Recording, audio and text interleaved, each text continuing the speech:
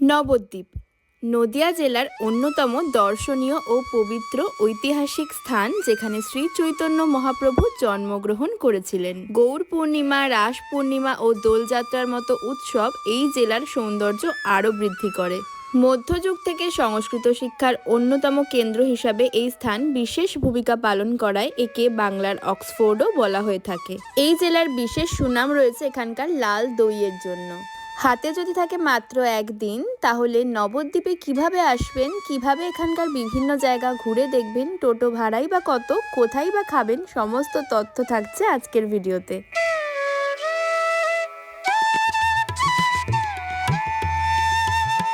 Hello everyone, welcome back to my channel to a new blog. আরও একটা নতুন travel ব্লগে তোমাদের সকলকে জানাই ওয়েলকাম।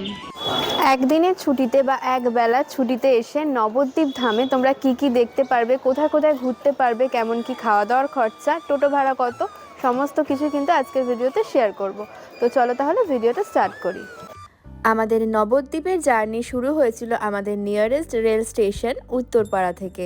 হাওড়া কাটোয়া লোকাল ট্রেনে করে আমরা নবদ্বীপে গেছিলাম। আমাদের ট্রেন উত্তরপাড়া এসে পৌঁছায় ভোর 6টা নাগাদ। হাওড়া থেকে এই ট্রেনের টাইম ভোর 5টা 38। এছাড়াও নবদ্বীপ যাওয়ার আরও কিছু ট্রেনের টাইম আমি স্ক্রিনে দিয়ে দিলাম, তোমরা চাইলে দেখে নিতে পারো। তবে একদিনে পুরো নবদ্বীপ ভালোভাবে ঘুরতে হলে তোমাদের কিন্তু ভোরবেলায় বেরোতে হবে। শিয়ালদা থেকেও নবদ্বীপ যাওয়া যায়, তবে হাওড়া থেকে ট্রেনের পরিমাণ অনেক বেশি। আমাদের ট্রেন একটু লেট থাকায় আমরা নবদ্বীপ ধামে গিয়ে পৌঁছালাম সকাল 8:30 নাগাদ। স্টেশন থেকে বেরিয়েই কিন্তু তোমরা প্রচুর টোটো বা অটো পেয়ে যাবে। স্টেশন থেকে বেরিয়েই রাইট সাইডে রয়েছে টোটো স্ট্যান্ড, তো এখান থেকেও টোটো বুক করে তোমরা সাইট সিনগুলো করে নিতে পারো। এখানে রয়েছে টোটো স্ট্যান্ড, এখান থেকে কিন্তু নবদ্বীপের যাবতীয় সাইট সিন করতে পারেন। টোটো ভাড়া মোটামুটি বার্গেনিং করতে হবে, 450-500 এরকম বলে। তো আমরা বার্গেনিং করে 300-এ রাজি করিয়েছি। দুটো টোটো আমাদের লাগবে, 300 করে 600 টাকায় দুটো টোটো। 8টা-10টা স্পট ওনারা ঘুরে দেখাবেন। তো চলো কি কি স্পট দেখায় তোমাদের সাথেও শেয়ার করছি। প্রথমেই আমরা চলে গেছিলাম শ্রী চৈতন্য সারস্বত মঠ। নবদ্বীপের বেশ কিছু মন্দিরে ফটোগ্রাফি একদমই অ্যালাউ নয়, তাই তোমাদেরকে যে জায়গায় অ্যালাউ রয়েছে সেগুলোই দেখানোর চেষ্টা করব। কিছু কিছু জায়গায় স্পেশাল পারমিশন নিয়েও তোমাদের সাথে শেয়ার করেছি। এই সারস্বত মঠটি ভীষণই সুন্দর। এর ঠিক অপোজিটেই রয়েছে জল মন্দির, সারস্বত মঠেরই জল মন্দির। এখানে রাত্রিবাস ও ভোগ প্রসাদের সুবন্দোবস্ত রয়েছে। ফোন নাম্বারও তোমাদের সাথে শেয়ার করলাম। এই জল মন্দিরে রয়েছে গোবিন্দ কুণ্ড, আর এই গোবিন্দ কুণ্ড ঠিক মাঝখানেই একটি মন্দির রয়েছে। এই মন্দিরের একটি মজার বিষয় হলো, পুরোহিত মশাইকে মন্দিরে পুজো করতে যাওয়ার জন্য একটি ছোট্ট নৌকা করে মন্দির পর্যন্ত পৌঁছাতে হয়, আবার সেটা করেই উনি ফেরত আসেন। এখানে প্রচুর হরিণ রয়েছে। হরিণদের খাবার দেওয়ার জন্য বাইরে থেকে 10 টাকার বিনিময়ে তোমরা খাবার কিনে ভিতরে ঢুকতে পারো, আর নিজে হাতে খাওয়াতেও পারো।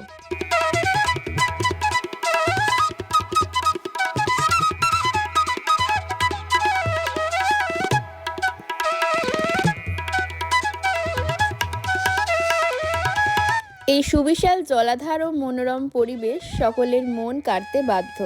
এবার চলে এলাম শ্রী দেবানন্দ গৌড়ীয় মঠ। এই গৌড়ীয় মঠটিও অসম্ভব সুন্দর, চারিদিকে বিভিন্ন কারুকার্য করা রয়েছে এবং মন্দিরটিও ভীষণ সুন্দর। তবে এখানে কিন্তু ফটোগ্রাফি অ্যালাউ নেই, তাই মন্দিরের ভিতরের বিগ্রহ তোমাদের সাথে শেয়ার করতে পারলাম না। এই দুটি মন্দির দর্শন করে আমরা চলে গেছিলাম পেট পুজো করতে। পাঁচুর মিষ্টির দোকান, একদম নবদ্বীপের পাড়ার একটি কচুরির দোকান, তবে এত সুন্দর টেস্ট যে কি বলবো। ছাতুর পুর দেওয়া কচুরি, দাম পার পিস 5 টাকা। তার সাথে সব রকম সবজি দিয়ে খুব সুন্দর একটি তরকারিও ছিল। আর নবদ্বীপের বিখ্যাত লাল দই তো না খেলেই নয়, এক কথায় জাস্ট অসাধারণ। খাওয়া দাওয়া সেরে আমরা বেরিয়ে পড়ি বাকি জায়গাগুলো ঘুরে দেখতে। এরপর চলে যাই সোনার গৌরাঙ্গ দর্শনে। এখানে কিন্তু লেখা আছে ফটো তোলা নিষেধ, তবে পুরোহিত মশাইয়ের পারমিশন নিয়ে একটা ছোট্ট ভিডিও তোমাদের সাথে শেয়ার করলাম। এরপরে গেছিলাম জগাই মাথায় উদ্ধার মন্দির দর্শনে। একটা কথা বলে রাখি, নবদ্বীপের এই সমস্ত মন্দির দর্শনে তোমাদের কিন্তু পার হেড 10 টাকা করে দিতে হবে। প্রতিটা জায়গাতেই আলাদা আলাদা টিকিট রয়েছে। এরপর গেলাম শ্রীনিবাস অঙ্গনবাড়ি।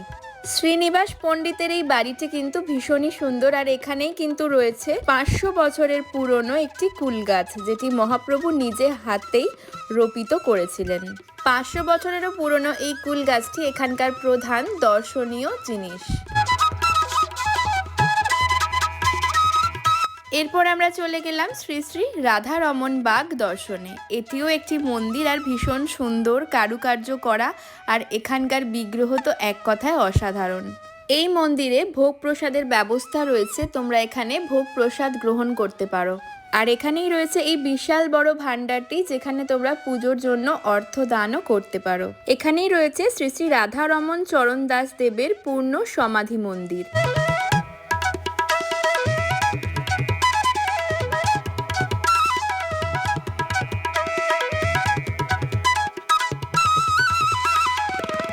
এরপর ঘুরে দেখে নিতে পারো রাধারানী মন্দির। সময়ের অভাবে আমরা এখানে প্রবেশ করতে পারিনি, কারণ এরপরে আমরা আরো একটা দারুণ জায়গা দেখতে যাব। এখানে কিন্তু রয়েছে প্রচুর হনুমান, তাই নিজেরা একটু সাবধানে থেকো, নিজেদের ফোনগুলোকেও সাবধানে রেখো। এবার চলে এলাম সেই বিশেষ জায়গা নরহরি ধাম।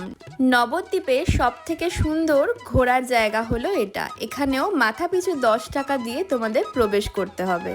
5 বছরের নিচে বাচ্চাদের টিকিটের কোনো প্রয়োজন নেই। টিকিট কাটার পর টিকিট চেক করে তবেই ভিতরে প্রবেশ করতে দেবে।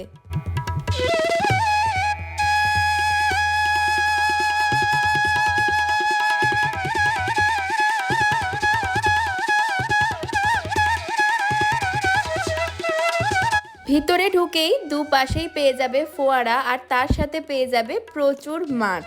বাচ্চা থেকে বড় সকলেরই কিন্তু এই জায়গাটা ভীষণই ভালো লাগবে। ঝর্ণা দেখে তোমাদের প্রবেশ করতে হবে ভিতরে একটি গুহার মধ্যে দিয়ে।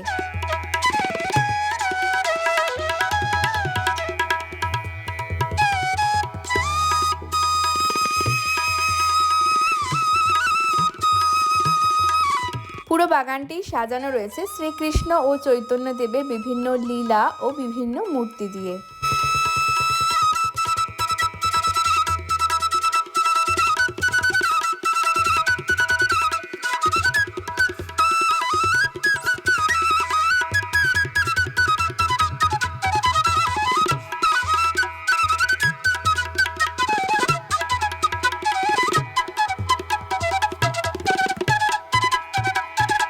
এখানেই রয়েছে সুন্দর একটি মিউজিয়াম। জুতো না খুলেই এই মিউজিয়ামে প্রবেশ করা যাবে।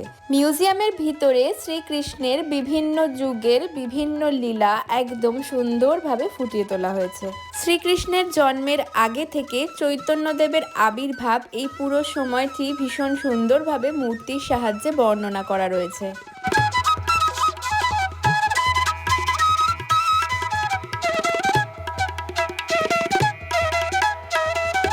এখানে লাড্ডু গোপালের একটি সুন্দর মূর্তি রয়েছে, যিনি দোলনায় বসে রয়েছেন, আর তাকে তোমরা নিজেদের ইচ্ছে মতো দোলও দিতে পারো।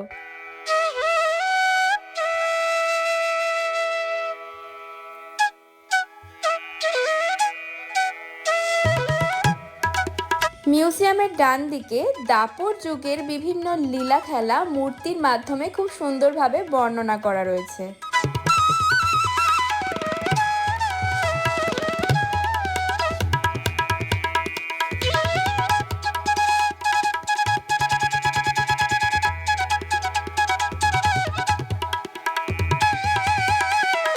সবশেষে শ্রী চৈতন্য মহাপ্রভুর আবির্ভাব ও কলিযুগের বিভিন্ন লীলা খেলা বর্ণনা করা রয়েছে।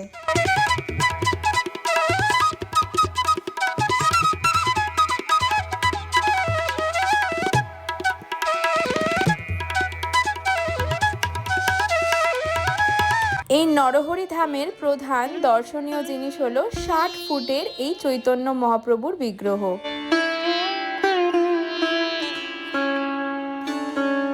60 ফুট উচ্চতার শ্রী চৈতন্যদেবের এই বিশাল মূর্তিটির জন্য এই নরহরি ধাম নবদ্বীপের বিশেষ দর্শনীয় স্থান হয়ে উঠেছে।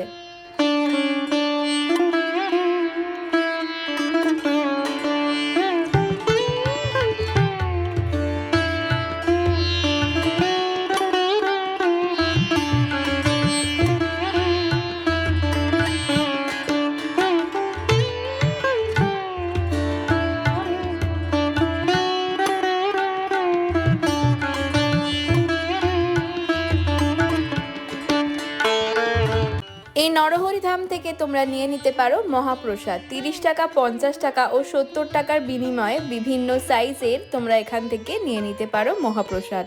নরহরি ধাম থেকে বেরিয়ে তোমরা দুদিকেই পেয়ে যাবে প্রচুর দোকান, যেখানে বিভিন্ন ধরনের জিনিস, নদিয়ার বিখ্যাত তাঁতের শাড়ি, সমস্ত কিছুই তোমরা কিনতে পারবে। নরহরি ধাম দেখে চলে আসতে পারো গৌরাঙ্গদেবের জন্মস্থানে। যে ভিটেতে গৌরাঙ্গদেব জন্মগ্রহণ করেছিলেন সেটি এখন দর্শনীয় স্থান হয়ে উঠেছে। আজকের ভিডিওতে তোমাদের সাথে শেয়ার করলাম তোমরা নবদ্বীপ কিভাবে আসবে আর একদিনে নবদ্বীপের কোন কোন জায়গা ঘুরে দেখতে পারবে, টোটো ভাড়াই বা কত, সমস্ত ইনফরমেশনই তোমাদের সাথে শেয়ার করলাম। আশা করি ভিডিওটা তোমাদের জন্য হেল্পফুল হবে। ডে আউট ভ্রমণের জন্য নবদ্বীপ কিন্তু খুব ভালো জায়গা। খুব অল্প সময় তোমরা এখানে এসে পুরো জায়গাটা ঘুরে দেখে যেতে পারো। নবদ্বীপ ধামের বিভিন্ন জায়গা ঘুরে দেখে আবার সন্ধ্যের মধ্যে তোমরা বাড়িও পৌঁছে যেতে পারো। তবে আমাদের প্ল্যান ছিল নবদ্বীপ থেকে মায়াপুর যাওয়ার। আমরা নবদ্বীপ ঘুরে তারপরে ঘাট পেরিয়ে গেছি মায়াপুর। নবদ্বীপ থেকে তোমরা মায়াপুর কিভাবে যাবে আর মায়াপুরে তোমরা কোন কোন জায়গা ঘুরে দেখবে, কোথায় থাকবে, সমস্ত ডিটেলস আসছে নেক্সট ব্লগে। পরবর্তী ভিডিওতে মায়াপুর ভ্রমণের যাবতীয় খুঁটিনাটি তথ্য তোমাদের সাথে শেয়ার করব। আজকের মতো এই ভিডিওটাকে এখানেই শেষ করলাম। আবার দেখা হচ্ছে তোমাদের সাথে পরবর্তী ভিডিওতে। সবাই খুব ভালো থেকো, সুস্থ থেকো।